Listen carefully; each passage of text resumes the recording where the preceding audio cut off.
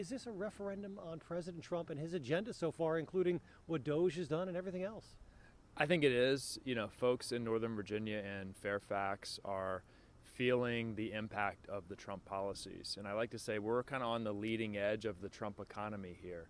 Everybody in Fairfax knows someone, probably someone on their street, maybe the parent of their kid's soccer team who has lost their job because of DOJ or the Trump policies. And if the Trump policies continue, tariffs, the so-called big beautiful bill, that's going to be the case all around the country. So I think we're on the leading edge of that, and I think voters tomorrow are going to send a statement about that.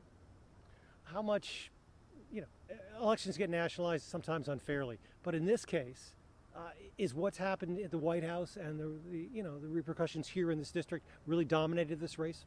There are 80,000 federal workers here in Fairfax, and there are hundreds of thousands of folks who work for federal contractors, a lot of small businesses, veteran-owned businesses, and they are all directly impacted by the Trump administration's policies. So what's national is local here in Northern Virginia, and I think that's going to have a real impact tomorrow.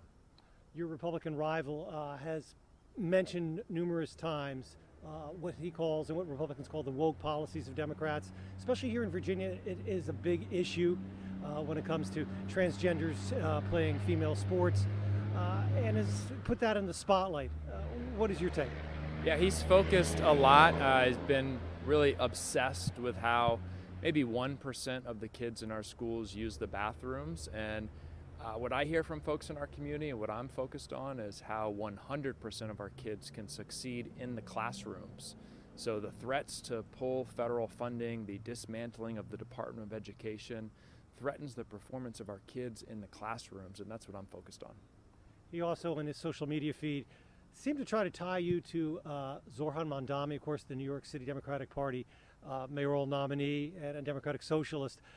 Is there any correlation between you and what Mamdani is proposing in New York? Look, I think what we saw in New York is a unique political space. I went to school in New York, at New York University. It's a place that's very different than Northern Virginia. I've been on the campaign trail for 4 or 5 months here now in Fairfax, and not a single voter has asked me about the New York mayor's election. I don't care what happens in the New York mayor's election. I care what happens to folks right here in the 11th district. One thing you've brought up is what's going on with the Jeffrey Epstein case. If you get into Congress, I'm assuming you'll be supporting that discharge petition.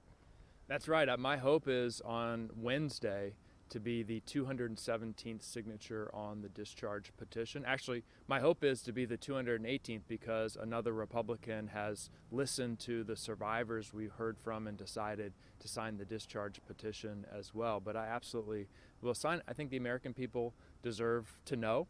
I want to know what the Trump administration, if anything, is covering up. And right now, the discharge petition is the vehicle to do that. And as you campaign on the trail here in this district, are you hearing voters talk about that? It does come up, I think, and that's one of these things that I hear from Democrats, independents, and a lot of Republicans and conservatives who believed Donald Trump when he said there was a cover-up of the files during the Biden administration. They took him at his word, and now they're wondering if he was lying. So yeah, it comes up, and it comes up across the political spectrum.